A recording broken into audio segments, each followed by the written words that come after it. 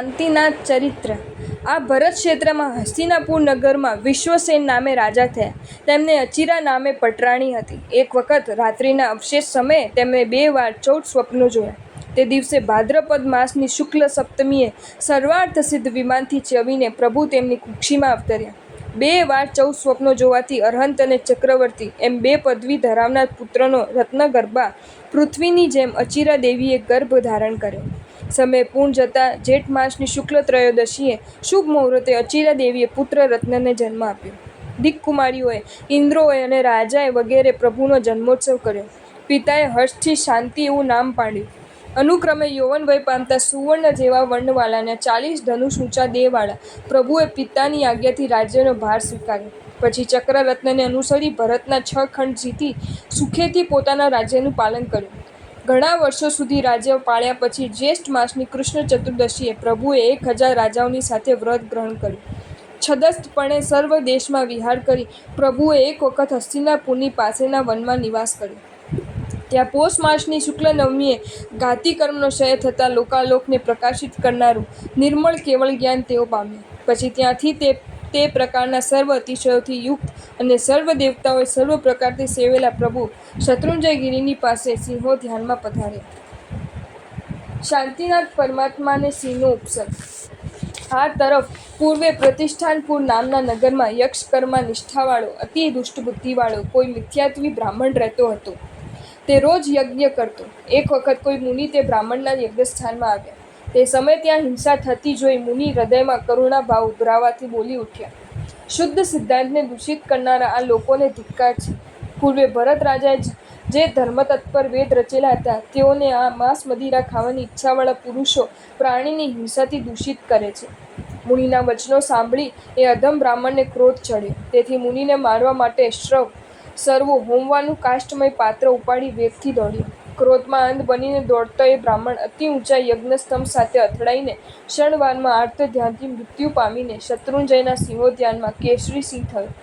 પ્રાંતે થયેલા મુનિ દર્શનના પુણ્યથી ઉત્તમ તીર્થ પામ્યો, પરંતુ જાતિ સ્વભાવથી ત્યાં અનેક પ્રાણીઓને ત્રાસ પમાડતો તે ફરતો હતો. તેવામાં ત્યાં તેણે ધ્યાનારૂઢ શાંતિનાથ પ્રભુને જોયા. પ્રભુના દર્શનથી તેને કોપાગ્નિ વિશેષ પ્રજ્વલિત થયો.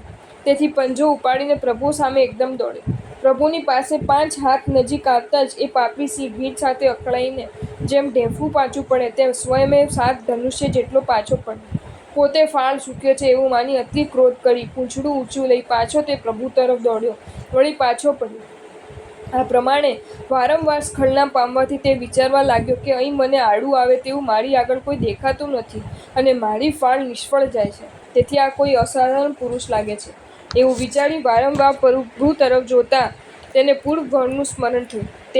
તે સિંહ શાંત થયો છે એમ જાણીને પ્રભુએ તેને કહ્યું, હે બ્રાહ્મણ, તું તારા પૂર્વ ભવને યાદ કર. તે ભવમાં કરેલા પાપ કર્મથી સિંહ થયો છે અને હમણાં પણ તીર્થંકરનું સાનિધ્ય મળ્યા છતાં અતિ રોષ ધરીને નરકની માતા તુલ્ય હિંસા હજુ કેમ કરે છે? હજુ પણ તું જીવ હિંસા છોડી દે, દયા અંગીકાર કર, ધર્મને ભજ અને તીર્થની આરાધના કર. આ પ્રમાણે તેને ધર્મ વચનથી પ્રતિબોધ કરી પ્રભુ આગળ ચાલ્યા. એટલે શાંત થયેલો તે સિંહ પ્રભુની પાછળ ચાલ્યો.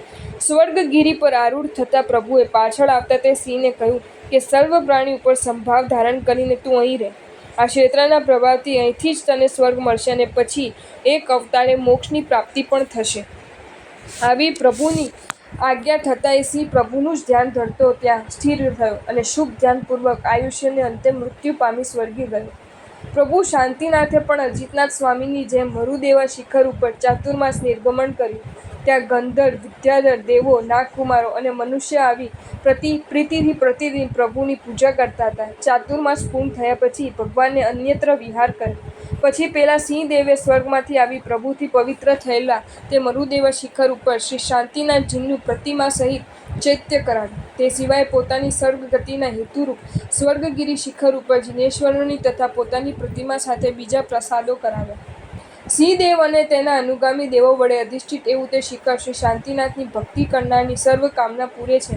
અને પૂર્વાભિમુખ રહેલી તે ચૈત્યથી 500 ધનુષ દૂર ઈશાન ખૂણામાં એક યક્ષ રહેલો છે. તે ચિંતામણી રત્ન આપે છે. વળી ત્યાં કલ્પવૃક્ષને અધિષ્ઠિત થઈને 3.5 કરોડ દેવતાઓ રહેલા છે. તેઓ શ્રી શાંતિનાથનું આરાધન કરનારને સર્વ વાંછિત આપે છે. અતિ પુણ્યવાન પ્રાણીઓને ત્યાં તે તીર્થના અને તીર્થંકર આશ્રય કરવાથી પારલૌકિક સિદ્ધિ થાય છે. સર્વ શિખર ઉપરની પૃથ્વીને પાવન કરતા શ્રી શાંતિનાથ ભગવાન અનુક્રમે હસ્તિનાપુર આવ્યા. પ્રભુને ત્યાં પધારેલા જાણી તેમના પુત્ર ચક્રધર રાજા પરિવાર સાથે પ્રભુને વાંધવા આવ્યા. નમસ્કાર કરી સ્તુતિ કરીને સર્વ બેઠા એટલે પ્રભુએ દેશના આપી કે શીળ, શત્રુંજય પર્વત, સમતા, જીનસેવા, સંગ અને સંગપતિનું પદ એ શિવ લક્ષ્મીના જામીનરૂપ છે. તે સાંભળી ચક્રધરે ઊભા થઈને પ્રભુને કહ્યું કે હે પ્રભુ, મને સંગપતિની પદવી આપો.